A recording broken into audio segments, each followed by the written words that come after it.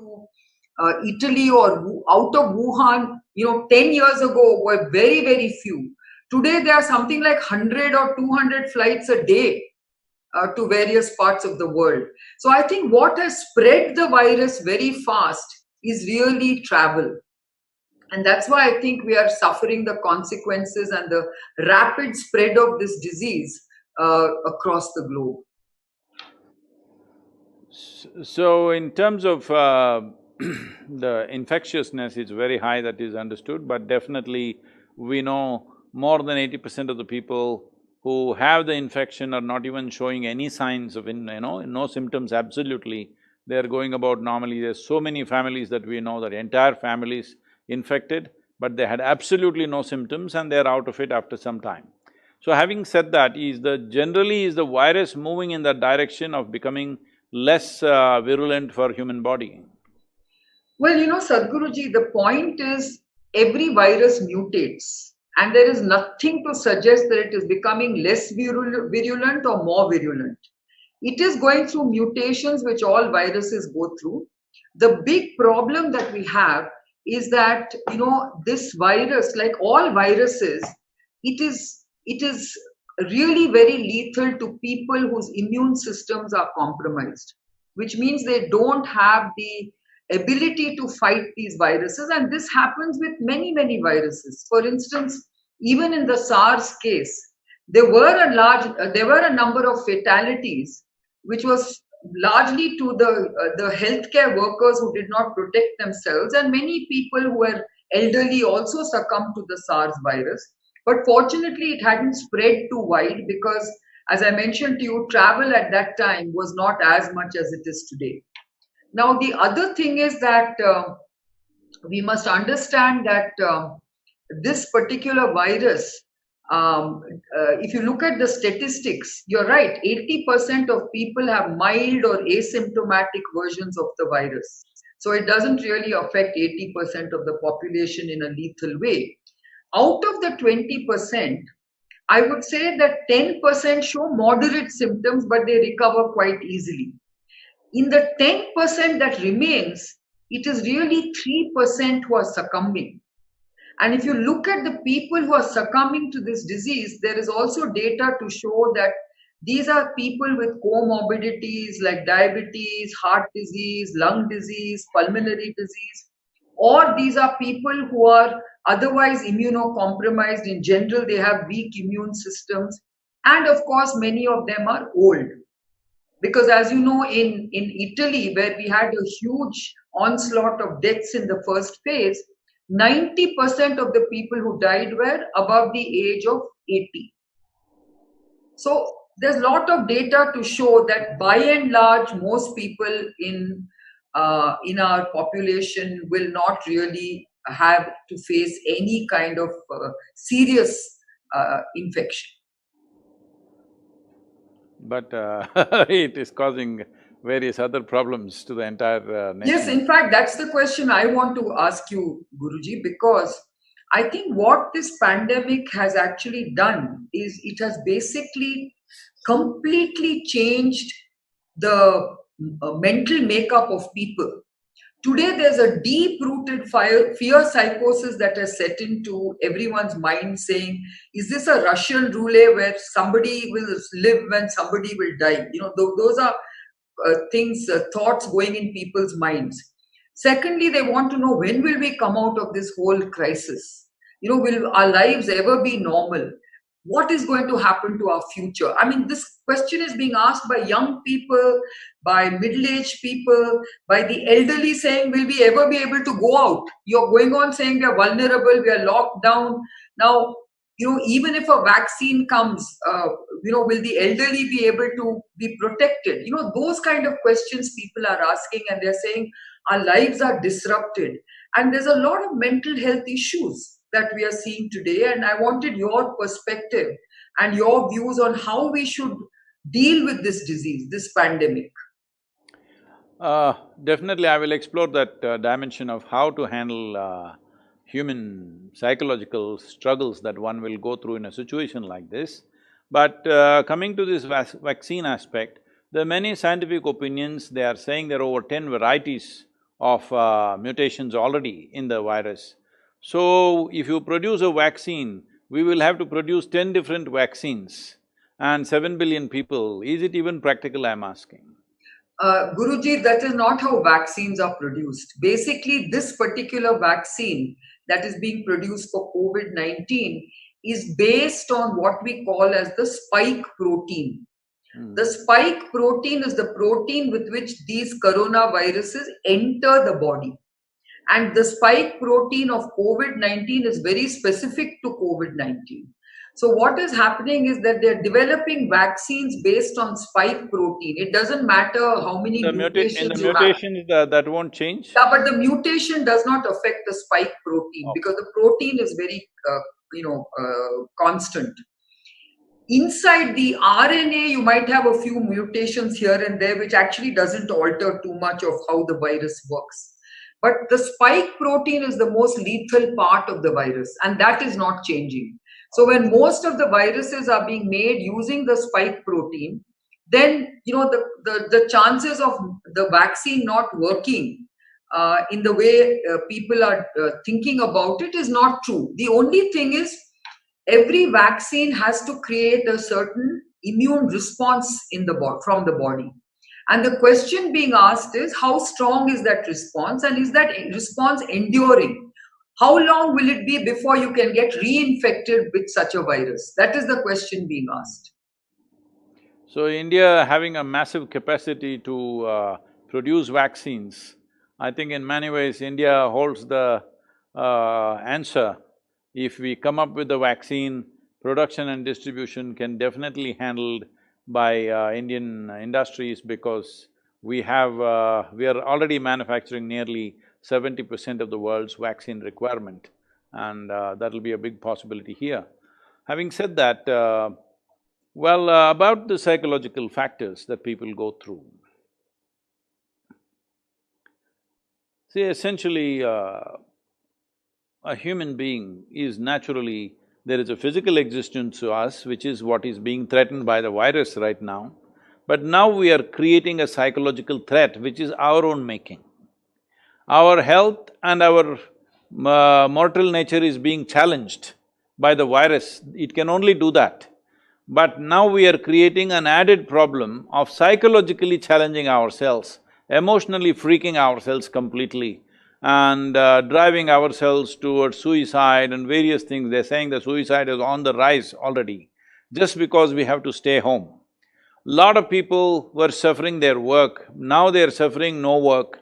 So I'm saying essentially, we are bringing up whole generation of people in a way that we are not really fit for life on this planet. Because our education systems, our social structures are not seeing how to reinforce a human being in such a way, no matter what comes, a famine comes, a war comes, a volcano erupts, an earthquake happens, or a pandemic comes, all these are things which happen in every generation. Everybody is comparing this to World War II because they've seen World War II only in Hollywood movies. They've not seen the war. What a war means. Being in a war and being in a pandemic are two different things. If you just close your eyes and sit for 14 days, it's gone. I'm saying, if all of us, if everybody was trained in little bit of yoga and meditation, and we said everybody, the whole population, 14 days sit quietly in one place, the pandemic is over on the planet. A world war is of a different nature, a war is of a different nature. Though this country has fought 3 to 4 wars in the last 75 years, those wars, fortunately for us, the brave soldiers fought it on the borders. They never allowed the war to come into Bangalore city or Coimbatore city or anywhere.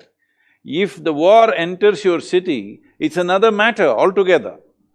So here your home is intact, nobody has bombed it, all you have to do is sit at home. Now sitting at home with your family or alone has become such a big problem, essentially because you have not built your psychological structure to be resilient enough to take. If you are this fragile, what big things are you going to do in your life, I'm asking? I'm asking you, Kiran, you built a big business. Many times in the process of building this business, have you not faced situations worse than the pandemic in your personal life? Yeah, I mean, every Everybody failure has. Everybody has, you know. So I'm saying if your psychological fiber is not resilient enough, you are not going to do anything significant in your life. This must be understood.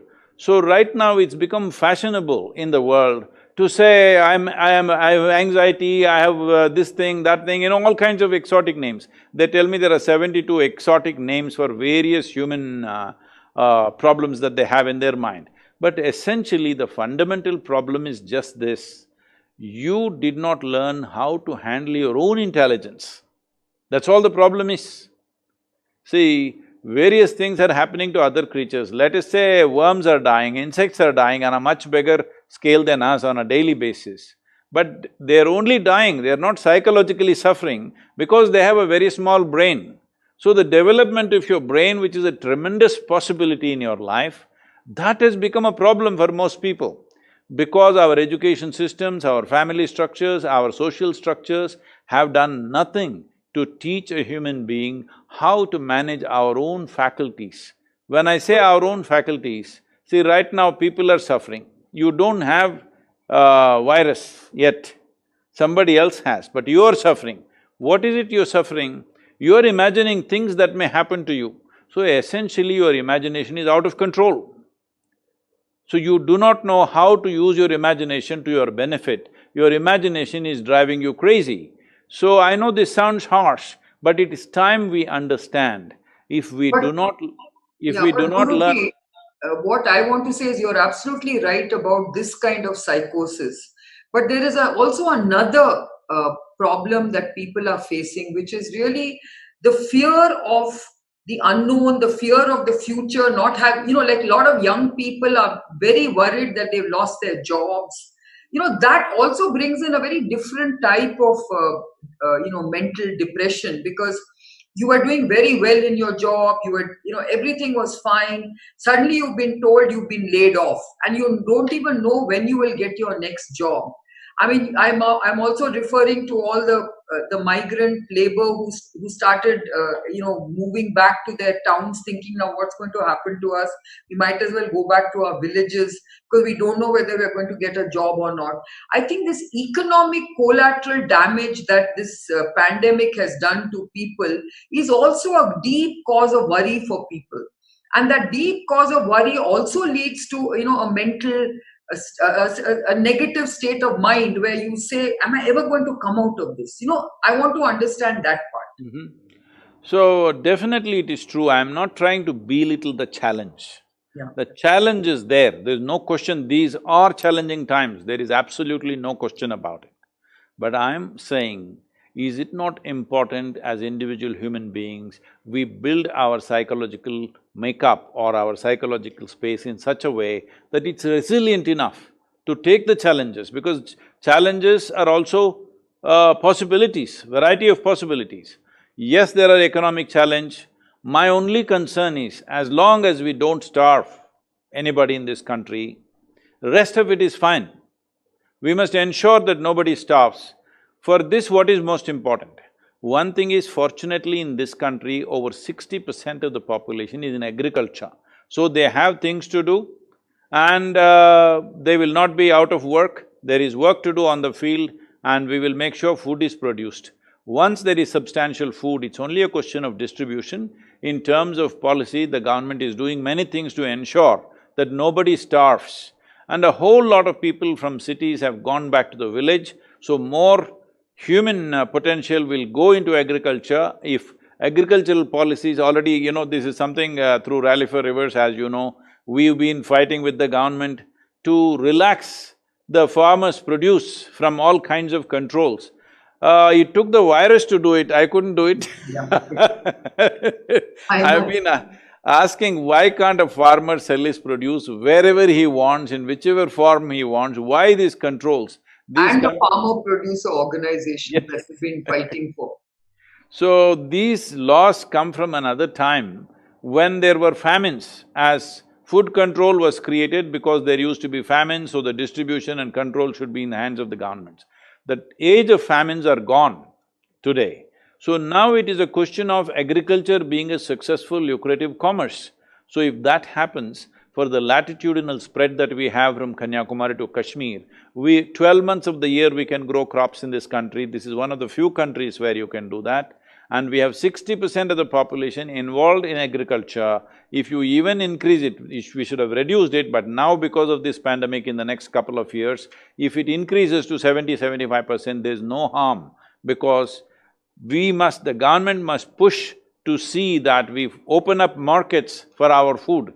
From fruits to vegetables to every kind of thing we can grow at nearly 10–20% of the cost that other countries are growing, because a variety of things, the labor the way it is, the land the way it is, there are many things to do. All these things are well thought out and it is there, it's just a question of implementation, execution. Of course, the educated people who, the young people living in Bangalore, they're not going to go and grow tomatoes or something else, that is true.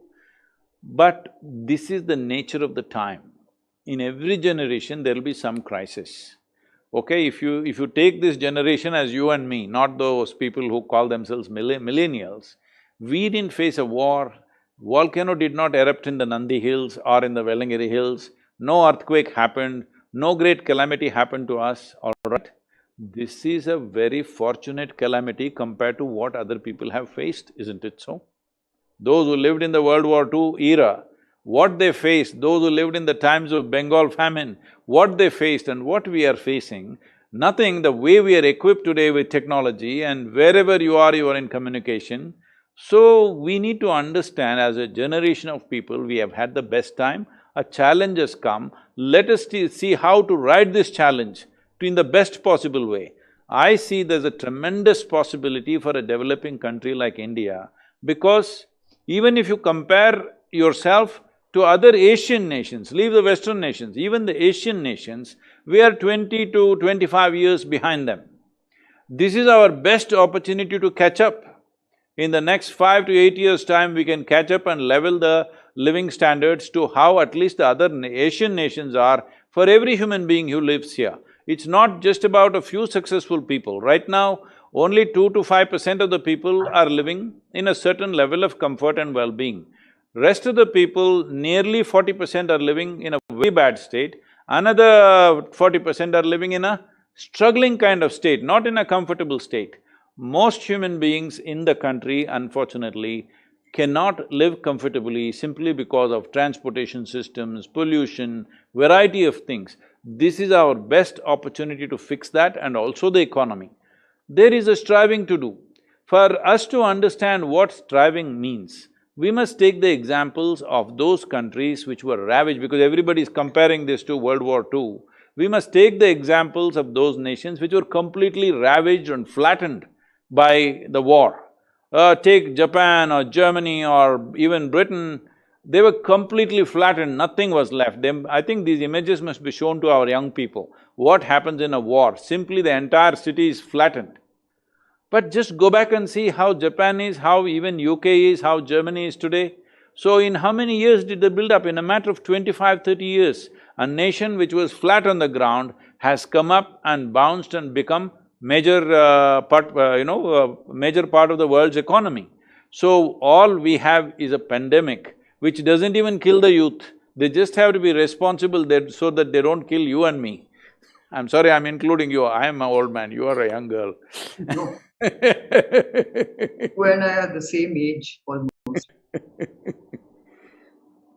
No, so I agree with you, Guruji, that I think this is a very, very important statement you made, that how do we get people to understand that this is not the end of the world? This is something where we need to pause and we need to reflect and we need to see what we have done with our lives thus far and how we can, become resilient and rebuild our lives.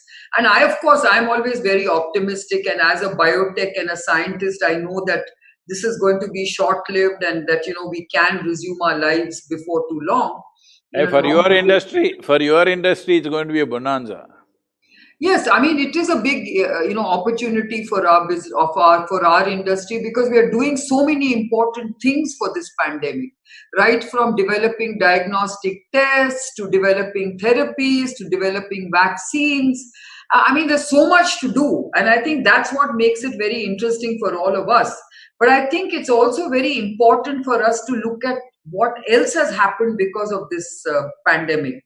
For instance, I actually have been talking about, how the environment has benefited because of the lockdown. And you know, and I know that we've been talking about cleaning up our waters and rivers, and filling up our rivers, and planting trees on the river banks.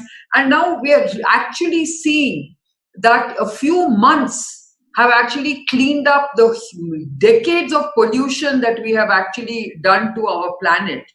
And that actually gives me an idea which I want to discuss with you is, how do we now rebuild and reboot our economy in this sort of low carbon footprint kind of economic strategy? Because I think we can do that. In fact, I was listening to a program a few days ago where people are talking about emission free environments, emission free zones within cities. I think these are things that we should consider. What do you think, Guruji? Definitely, if you listen to all the birds and all the animals, all the creatures on this planet, including Yeah, microbes, they're congratulating the virus and saying, let's make the planet great again, yeah, because all the human beings are locked up. Locked down rather, not locked up by self-lock-up. So, having said that, this is not to make jokes of people suffering. There is enormous challenge in everybody's life. It is not that we are free from it. As an organization, as an institution, for nearly, I think close to 90 days, we are locked up. An institution with so many volunteers that we need to support on a daily basis, absolutely no revenue, we become a zero revenue function. So we are striving to see how to use this to completely change the dynamics of how we function. It's a lot of work. Actually, we're busier than ever before, simply busy 7 days of the week because we are just changing the foundations. Everybody has to change the foundations of their life now. This is a thing, we must take it as a challenge. As I said, as long as you're not starved, the government must ensure nobody starves. Here we are ensuring around us nobody starves. Every day 13 to 15,000 meals we are providing for that many people, 13 to 15,000 people are being fed by us. Many of them are migrant labor, many of them are old people in the villages who are not able to fend for themselves without any earnings. They were doing some menial jobs, not even a full labor, they're earning 50, 100 rupees a day, which was keeping them alive. Now that is missing. So we are feeding that. I was just shocked to realize where you think there is lush agriculture going on around us, in spite of that, nearly 15,000 people have to be fed every day, otherwise they have no means. So we are doing all this, but absolutely no revenue. We are constantly coming up with more and more innovative ways to do it, but we're just doing it joyfully. Some people choose to do everything miserably, because even when they went to work, they went miserably. When they don't have work, they're miserable. This has to change, because as human beings, we must understand our experience of life is entirely crafted by us. Our situations in our life is not always ours, the times will decide many times. In which time of history we exist, accordingly the situations are.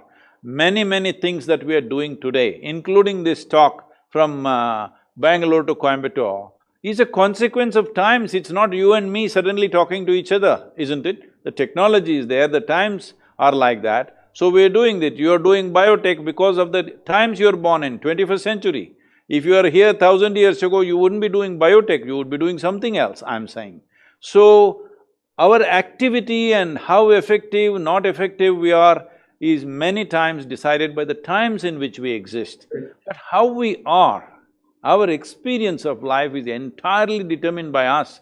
Youth must understand this and take charge of this. What this means is, world will throw all kinds of situations to us. What we make out of it is in our hands.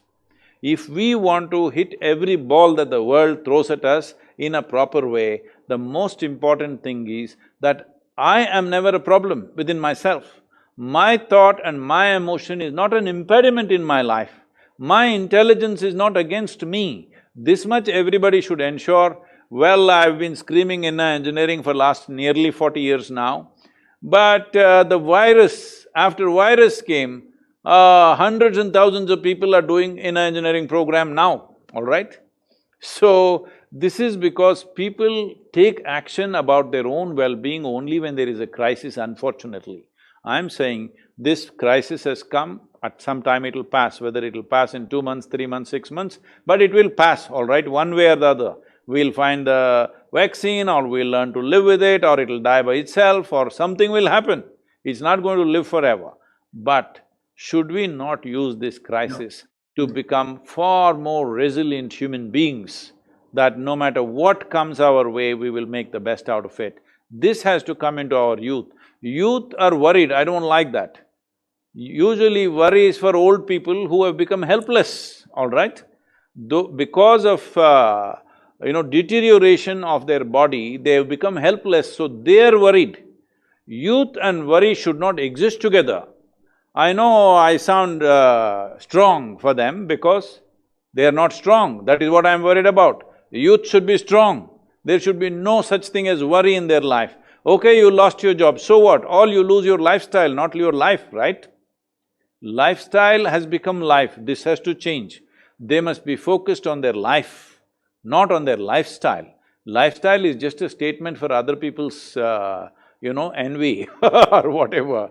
But life is what matters. One most important thing is, everybody must understand, through this phase of pandemic, one fundamental thing everybody should know is we must keep ourselves alive.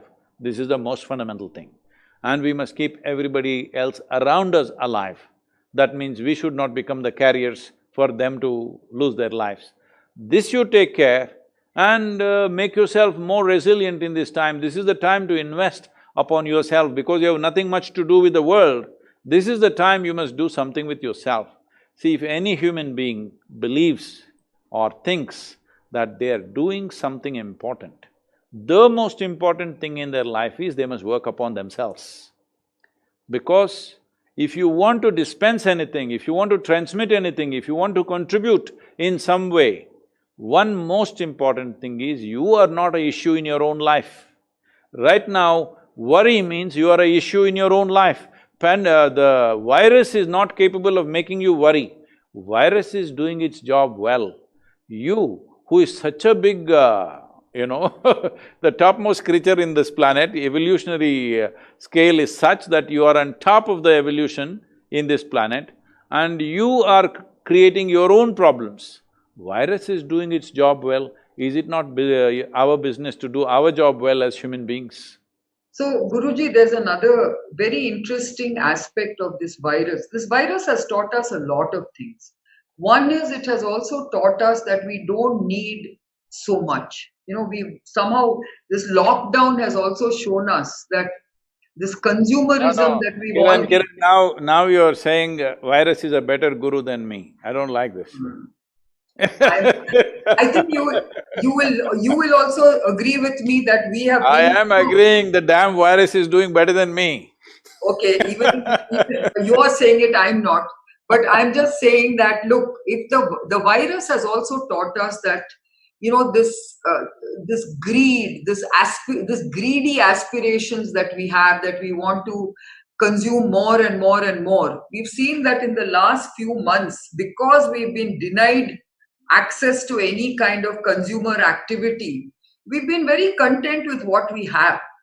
And we've also realized that, pollution has come under control. And we realize that a lot of things that we've done as consumers have also added to that pollution. Do you think it's going to change us? Or do you think we'll go back to our normal ways? Is that human sort of, psychology that, it's so short-lived that we forget that we went through a good phase, which reminded us that we don't need to possess so much, we don't need to consume so much, and that, this is a time for us to actually start thinking about our environment. Do you think there's going to be this realization and recognition that our environment and our planet is at risk if we don't stop being so greedy? In Kannada language, there is a saying called smashana vairagya. That means they will go to the cremation ground because somebody dear to them has died. And when they go to the cremation and the body starts burning, everybody gets vairagya for some time. That is, they say, what is there about life? In the end, this is all there is. What am I struggling for? What am I fighting for? You and me, why are we fighting with each other? All these realizations happen. But especially now, within 5–10 minutes, because even there, their cell phone is not on silent, even when the cremation is happening. Messages are coming ting-tong and everything. So the moment they look at this, Vairagya will go and again they'll get engaged. So right now, in my opinion, I'm saying this is not a perfect this thing. If this virus and its impact on our economic and other activity goes away, let's say by mid-September or end of September, I feel within 3 to 4 months, everybody will be back to their normal, in their usual sense of ignorance and arrogance. But if it lasts for a year, year and a half, let's say 12 to 18 months it lasted, definitely it will leave a lasting change on this generation of people. I hope it is so disgusting for me to see that a virus which is not even a life yet, it's half a life, it is just in the process of becoming a life, it doesn't have a life without entering our body. That kind of thing has to be our guru It has to teach us dispassion, it has to teach us sense, all this. The simple thing, someday we must do this in Bangalore. I've been talking to some of the builders in Bangalore, I spoke to the Credai people, they were all very excited. But I know this excitement, they won't do anything, most of them, they will only go on with the same thing which sells easy. The simple thing is this, if you drive in any street in Bangalore during, let's say, the peak hour, you're driving 4:30, 5 o'clock in the evening, you will see your side of the street is also full with traffic, the opposite side also is full with traffic. What this essentially means is, those who live here work there, those who live there work here. What is the sense in this? Why can't you work and live in reasonably in the same region? So I propose something called as a one-building city. You get 50 acres away from Bangalore city. I have told many of the Bangalore builders, let me see if anybody does. Get 50 acres away, let's say 50 kilometers away on one of the highways. Only 1 acre you build, they're giving you 2 FSI, that means you can build 100 floors, 1 acre, 100 floors you build. 49 acres, just plant trees, create a lake, walking spaces, everything.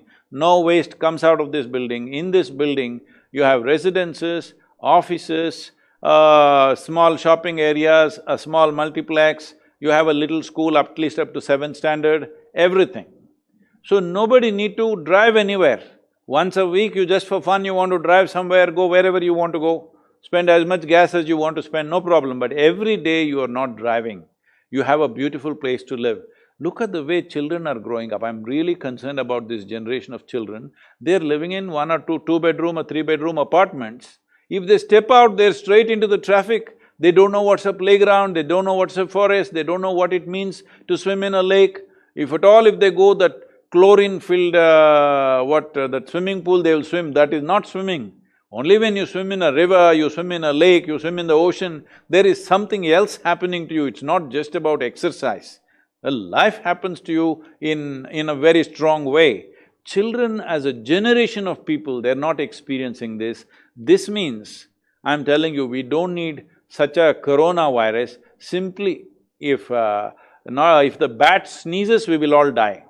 We will become that kind of generation in future, because essentially the strength of life comes because of our involvement, because life is enmeshed, as you know as a biotechnologist, life is enmeshed. More than 90% of our body in terms of number of human cells we have and number of microbes, bacteria and viruses we have, more than 90% is them, we are only 10% residing in this body. Our parental genetics and DNA is only 10%, rest is all them. Why are we not able to handle them? Simply because our bodies have become so weak. In my opinion, I could be wrong, please tell me as a scientist. I feel these kind of viruses might have come thousands of times, but previous generations handled it well. As a generation, as you said, one thing is the airline travel which goes across the world, another thing is our physical bodies, physiologically, we are the weakest generation ever. Never before humanity was this weak. In basic constitution, we have become weak. When people worked on the land, either they hunted or they farmed or did something, they were of a different level of strength. which we don't have right now. And this is further going to deteriorate if you don't take care of what kind of spaces we live in, how we build our cities. This is what the youth should get involved in. It is very, very important. No, so Guruji, slight correction. I think, the human race has been, a victim of very virulent strains of microbes and viruses in the past also. But the thing is that, we are now a much larger Population. population in the world. And I think what has happened is we've also, sort of started destroying a lot of the natural habitat of animals and things like that. So a lot of that has created different kinds of viruses. But it's not to say that we haven't, you've seen huge number of animal species have been destroyed by viruses in the past. Dinosaurs are supposed to have been, sort of obliterated by a viral attack and so on and so forth. So it's not that human beings have always withstood viruses, because it does happen from time to time. But I think there's no excuse now, because we are in a much better position to deal with pandemics which we have ignored.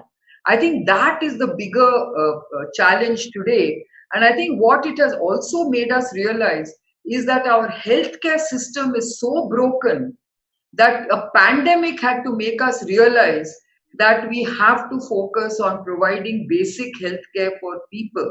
And that in our country especially, we haven't really focused a lot on primary healthcare. We should be doing more of that.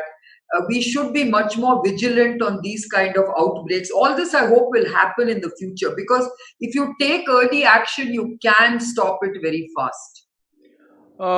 Definitely there is no disagreement on that, Kiran, but at the same time… And I agree with you that yes, we are becoming a very kind of a society where we are constantly weakening our immunity. But I think, if you look at it, there's one side you want cleanliness and sterile conditions of living, and the others have to be a little more balanced, saying, let's have a normal life. See, because you mentioned this now, definitely this is something that we need to look at. See, one thing is we're talking about the size of the population. Whether it's our reproduction, or the way we are working in the world, or the way we are running our economy, or the way we are building our cities, everything is done in some compulsive way. Human being means the very reason why we call ourselves beings is because we know how to be. That means we are conscious beings. So, does it look like we have created things consciously? Either the city plans in the country or the way we are creating anything, nothing has been done consciously, compulsively, ad hoc, we're doing things, including our population. From 1947 to now, in 75 years, we become 4 times over. From 330 million, today we are 1.3 or 1.4 billion people. So when the footprint is that big of human beings, no other creature can survive. Since 1970 in the world, 70% of the vertebrate population has come down. Yeah. 1 in 5 of the species are endangered right now. Out of every 5 species, among insects, worms, plants, everything included, 1 in 5, that's 20% of the life on the planet is endangered. That means in the next 5–10 years, 20% of the life on this planet will be gone. And those 20%, what significant roles they have in making us who we are, nobody knows exactly what is what, all right? Who is doing good to us, we don't know. But all of them together is the ecological cycle which we are doing things. So the diversity, biodiversity is going away because of us. But how come we don't think, when we know so many things of technology, science and everything, how come we don't know for this planet how many machines we must have, how many cars we must have, how many human beings should we have? How come we don't know this? Where is our sense? See, this whole big talk about science, what is science? When your life is so haphazard, what science are you talking about, I'm asking? To become conscious is the biggest science, because if you are conscious, you will naturally handle everything in a scientific manner.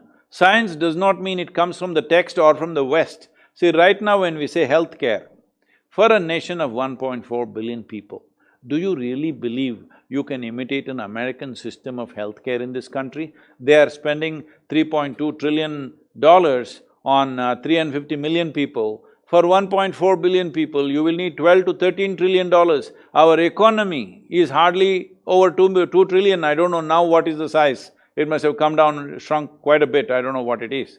But anyway, $2.5 trillion is what our economy is. When are we going to spend the $12 trillion just on our healthcare? Such a You thing don't is need not to. going to happen, all right? That means generations will pass without any result. If we want results, the most important thing is, as we know, both for chronic ailments and for pandemic also, for this kind of pandemic, maybe the influenza didn't care who you were, anyway it killed you in Spanish influenza, whatever happened. But now at least for the present coronavirus, your immune system, how strong your system is determining whether you live or die. So definitely, if all of us had strong immune systems, we wouldn't even have bothered and destroyed our economic process. We would have gone on without any big problem. So we are always looking for these kind of solutions. We are all now waiting for that miraculous magic wand, what one vaccine will come. Well, we've still not found a vaccine for SARS, MERS, HIV, which have been around for 20 years, 25 years, we've not found a vaccine. What is this miraculous vaccine that we're going to get by the end of the year? If it comes, it's fantastic. I'm not negative about it, but I'm saying, why are we looking at life like this? Because this is an unnatural way of conducting life. In this country, we must focus on how to teach every human being who is born in this country what they should eat, what should be their lifestyle, how to build their body, physical strength, mental strength and immune strength, how they can build. This we can teach. We can… all these youth who are talking about, we are worried about the future, each one of them, I will empower them, let them go and teach. Oh, what will I earn? You don't have to earn, somebody will feed you, you will have the experience of traveling the country, mingling with the people and a tremendous possibility. Do this for 5 years, after that there'll be many possibilities for you to take charge of, you will become a leader in your own right. I'm saying there are a million things to do. The most important thing when it comes to health is, in this country it must be preventive. Healthcare as we know it in the West is not practical for this, it's not even practical for them. In my opinion, if anything sinks United States, it's going to be their healthcare. Three trillion dollars for 350 million people. And it's a most affluent country. Affluence means what? Essentially choice of nourishment, choice of lifestyle, isn't it? These two things if you have access to choice of nourishment and choice of lifestyle, you must ensure you're healthy, isn't it? This is every human being's business. Healthcare should not be the business of doctors or healthcare industry as such. Health must be the business of every individual. We can build this in the country in the next 3 to 5 years. Every Indian must understand, health is my business, what should I do about it? We are going on throwing out statistics, 40% is diabetic, 50% are dying of cardiac failure, this many people are dying of this. This is not the way. Why are we just going on making predictions? We are saying another 25 years, this many people will die of smoking. Well, smoking you control to some extent, all right. Somebody who must smoke, irrespective of his concern for life, leave him, that's his pleasure, all right. That's a choice an individual is making. But at least he can't blow it in your face, that much law has come. Similarly, you can make laws and policies for your health is your business. Everybody must be doing something about their health. You do your yoga, or if you don't want to do yoga, swim, run, climb a mountain, do some damn thing. But there must be something, every organization must fix this. I'm saying it can start with private organizations, people who work for you, for example. You have 11,000–12,000 people working for you. Now you must say, all of you, you need to be like this. If this is your height, this must be your weight. This is what you must do. Okay, you are overweight, we are not going to punish you, I'll give you 1 month leave. Go fix yourself and come back. I'm saying we need to do this because the cost of that person who takes whatever, if I take 1 minute to walk from this point to that point in your laboratory, that guy takes 1.5 minutes, that's a big loss for you, isn't it? I'm saying in every way it's a slowdown. Because a human being in terms of function is like a machine. How efficient this machine is, accordingly it pays or it doesn't pay. How come one person produces so much and another person not able to produce anything in their life? Simply the efficiency of both your body and your brain, isn't it? So why are we not investing in that? Why are we going on thinking about healthcare as a massive industry as if… See, everybody is talking how many beds per 1,000 people do we have in our country, it is the lowest compared to a whole lot of nations. But I'm saying, why should people go to a hospital bed? I have not been in a hospital bed all my life. I will see how to fix myself. I will tell you, we started this thing, now we renamed it as rejuvenation. Misunderstandings. Initially, this was called as yogic hospital. So when I created the yogic hospital and we said these are the treatments that we will take up, largely chronic ailments, because infectious diseases must be handled by medicine, because it's a warfare, it's an external invasion, you have to deal with it. So there are a bunch of doctors from Detroit, they were interested in this and they came to see the yogic hospital at the yoga center. After 3 days of staying here, our office called me and said, Sadhguru, these doctors are very angry, they want to leave right away. I said, what happened? They said, we don't know, they're just screaming. I said, okay, let me see them. I went there, I said, what's the problem? They said, you have yogic hospital? We walked all over the place, we didn't see any hospital. Oh, then I said, oh, your idea of a hospital is a proper bed and people serving them from morning to evening. If you serve them like that, they will misunderstand a hospital as a hospitality and they will stay there in that bed all the time. My idea of a hospital, I said, you come, I'll show you. On that day, I think we had little over… somewhere between 90 to 110 people in the yogic hospital. I said, you come, I'll show you, and I put all my yogic hospital patients to work in the garden or in the kitchen or somewhere where they have to work with the soil, water, be with nature. We are giving them a treatment protocol, we are giving them a exercise and yogic protocol, but we also have activity protocol for them. No question of lying down in bed and waiting for people to come and put tablets in your mouth. That is only when you're completely out, all right? At a certain point, if something goes wrong and you're completely out, you need that kind of thing. But for everything, everybody is going into a bed in in Western countries. Now we are looking at that kind of healthcare in this country. It is never going to happen. If it happens, it's a disaster, because if you… out of 1,000 people, I think some countries have 8 beds for 1,000 people or something like that. So 8 out of 1,000 people are lying down in hospitals thinking it's a hotel. What is the point of that kind of healthcare? It's very important here, we must deliver a preventive process in terms of food, in terms of daily lifestyle practices, how you live, what you do. Industry, businesses, everybody must set up these standards that it's your business to be healthy. It's not just about you, it's about the organization that you work for, it is about the nation in which you live.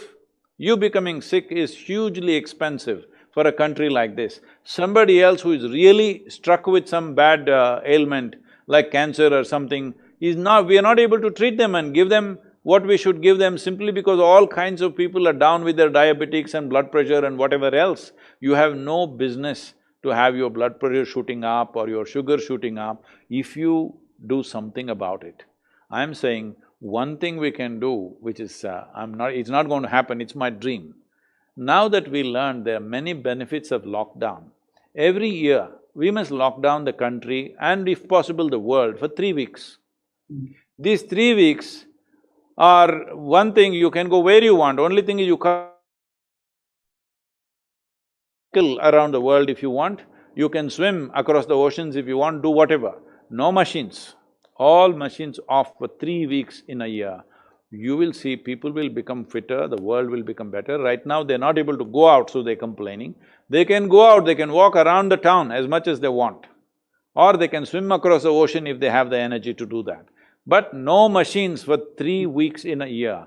It'll make such a tremendous significance, because the way we are driving our economy, all of us, I'm saying, every one of us without exception, we are like a powerful engine roaring, but no steering wheel in our hands. We don't know where the hell we're going, we're just going. We are going in such a way it looks like we think we are the last generation of people. That's how we are going. The virus, not out of its wisdom, out of its survival process, it's brought a situation for us that we must use this to become wise. We must take the steering wheel of our life, individual life, our psychological process, our physiological process, and the way we're conducting the nation and the world. Steering wheel should be in our hands. Just an engine roaring without a steering wheel is a dangerous way to drive, isn't it? Very well put, Guruji. That's a beautiful analogy that you have used. Now, if you were to basically give three messages to young people, what would they be? And if you have to give three messages to the government in terms of how we should revive our economy, what should they be? If it was young people, stay alive, stay sane, and stay young.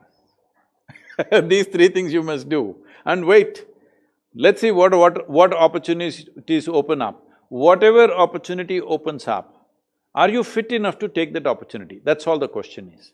Suppose you are a wave rider, you're surfing on the waves in the ocean. What are you looking for?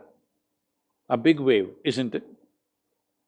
Somebody who does not know how to ride a wave or somebody who does not know how to swim, a big wave is terrifying.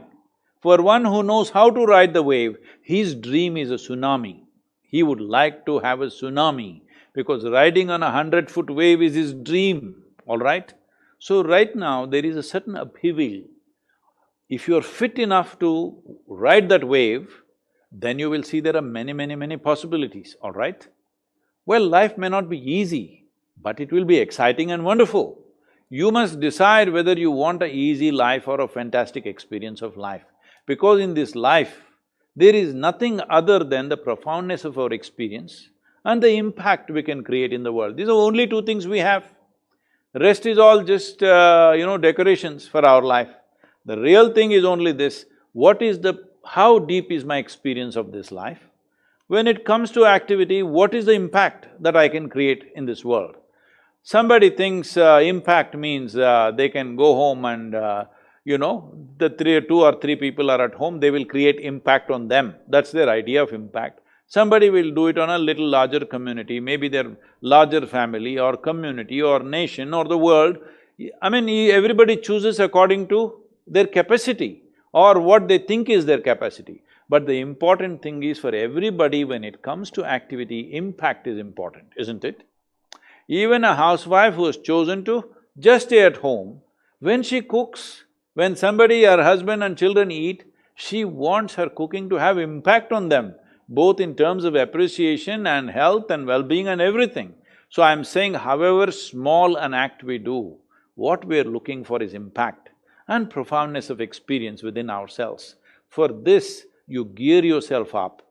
Let this pass, it'll pass in a few months. When it passes, let's open our eyes and look what opportunities. There will be a whole lot of opportunities. We must grab that. Till then, you stay alive, you stay sane, and you stay young. Young means you're still alive in the making. You don't know what is worry. You're looking for adventure. When you're looking for adventure, you're not looking for a tame job which will come your way and which will give you livelihood. You're looking for adventure. Youth means you must looking for adventure. This is an adventurous time. You must make use of it. For the government, one thing they must ensure is, because agricultural activity, we must invest in that, I think they're beginning to do that. Release the farmer from the shackles, break open the markets in the world for our agricultural produce, because we can become the breadbasket of the world because of the latitudinal spread and 12-month agriculture and 60% of the population knowing this magic of transforming mud into food. It's not a simple thing. All these three ingredients are there. Only problem is, we have not sorted out the problems of lack of scale in agriculture. We have not sorted out how to break through the markets. If there was scale, the farmer would have broken the markets himself. But there is no scale, he owns 2 acres, 2.5 acres on an average. So he doesn't have the scale to go and open up some market. Government must open the market and also create the power of scale.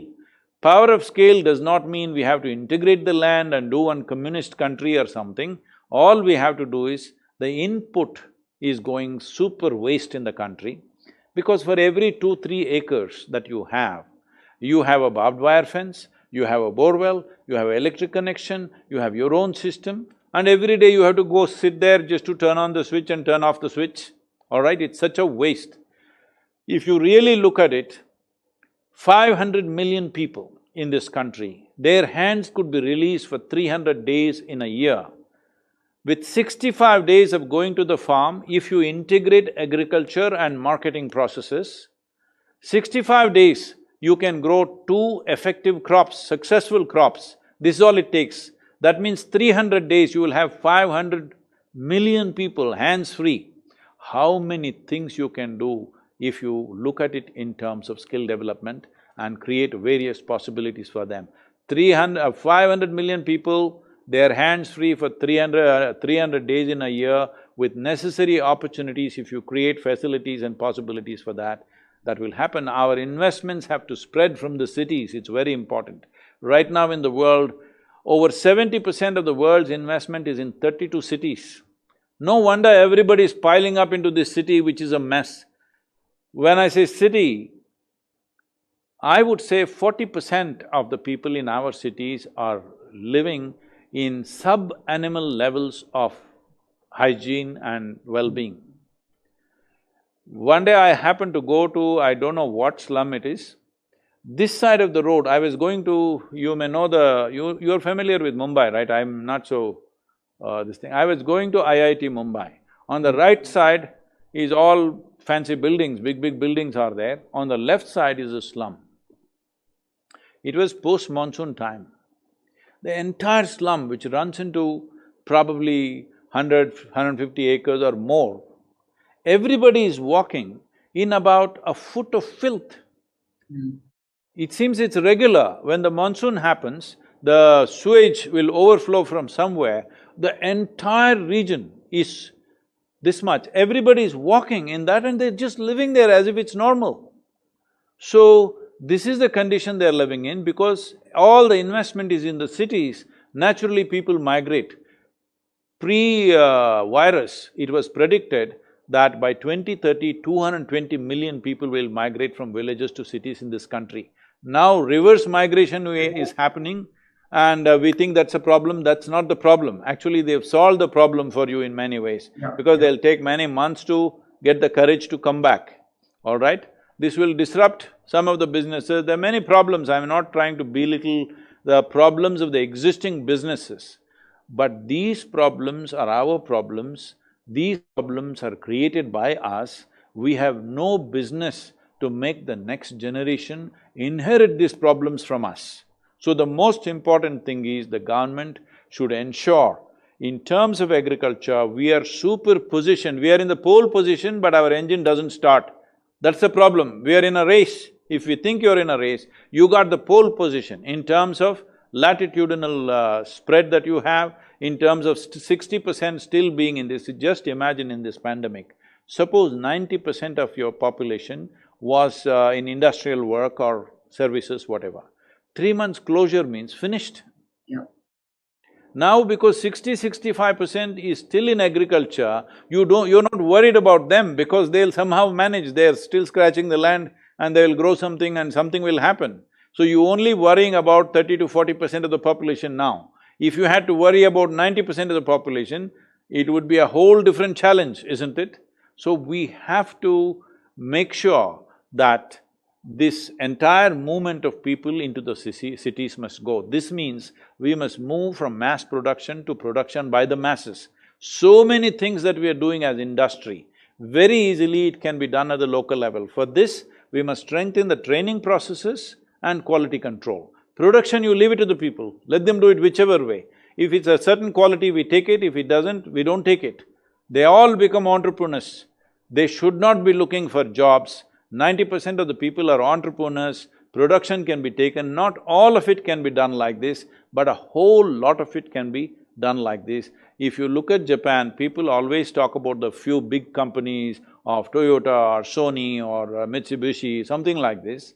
They're not the real Japan. There is a whole lot of small industry in Japan which holds such expertise in technology that this is the collaboration we need, not the big companies. The big companies will come with their own marketing force and everything. The small companies which hold various skills, that is the kind of skill that should come, and to exercise that skill, they don't have to move to the city. In the village itself they can do. I would say in every village, create at least 5 acres of industrial space, at least 5 acres. And in every place where there is at least 5,000 people, at least 5 acres of industrial space, see what all industries can produce there. Produce there does not mean the main industry itself need not go there and produce. They will do the training, they will do the quality control, individual people, local entrepreneurs will do their own thing. We need to do that because in a country of this density of population, if they all start piling up on the cities, already most cities are unlivable. Most cities are unlivable. Unfortunately, a wonderful city like Bangalore in 25 years, it's become unlivable, quite unlivable, isn't it? That's true, that's true. So I guess we have to look at this pandemic as an adversity which throws up many, many challenges and many, many opportunities. I mean, that's the way I've looked at it. And that's what you're also saying, that we can change the way we are living, we can change a lot of our policies, and we can, of course, create a lot of new and different opportunities for the masses. See, we are best positioned compared to any other generation in terms of technology, in terms of communication, in terms of everything. We are best positioned compared to any other generation. We have no business to complain. Only thing that we must ensure is not a single person will die of starvation. If you take care of that one thing, rest it doesn't matter whether I live with 25 pairs of clothes or two, what does it matter? It's okay, if I'm well fed, I'm nourished. Rest is question of my genius and my capability and my industry, where it'll take me, isn't it? Anyway, that was a great conversation, Sadhguruji, and as always, you always come up with such wonderful words of wisdom and wonderful discussions. I'm sure you've inspired many, many, many people who have been listening to this program. Thank you for giving me this opportunity for engaging in this conversation with you. And, I'm sure we'll have many more occasions to keep talking about what this pandemic has taught us and what we can do, and how we can live our lives with resilience. So thank you, Guruji, thank you so much. I must tell you this because in my life I had never really painted. Now I have turned into a painter because Wow. I feed all these people, every day 13 to 15,000 people. My first painting sold for 4 crores and 14 lakhs. Fantastic. So I My have to sec… see your my art. se… my second painting is out for the auction on Guru Purnima, it'll go… already it has crossed for 5.1 crores. So what are So, you painting on? What are the themes you're painting on? see, I never imagined… see, I always paint pictures in my mind, all right, because I don't think in words, I think in pictures, so I am always painting pictures in my mind. I never thought my hand could translate that onto the canvas. So I started doing something. Initially, I used acrylic and did something. And after that, I started using various natural material, like I'm just using soil background, using soil, filtered soil with tree resin. This is all my own innovation, I don't think anybody has done this before. I'm using tree resin with that so that it doesn't peel off, it's just sticking to the canvas well. I'm using turmeric as background, I'm using cow dung. Oh, wow. That's amazing. Yes. And but I'm almost contributing 10 crores in this 15-20 days to just feed the people. This is Well, my I can tell you that your contribution. works of art are, matching all the great maestros. So you are doing a great job for a good cause. I think they're putting up this painting, will it go to her? Yeah, yeah, I can see it. It's You beautiful. can see this. So Yes. this is just cow dung background with tree resin. Rest is charcoal, turmeric and a little bit of lime. So there Wow. is completely natural material. Very This nice. was… this was done in the honor of a bull that we had. He was with us for many years.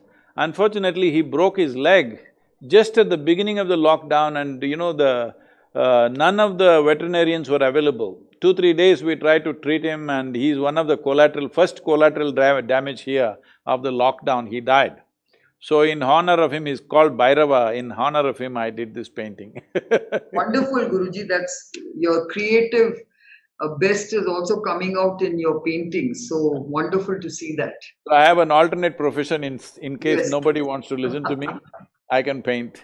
Thank you, Anyway, Kiran. Thank you very much. namaskaram. Thank you so much.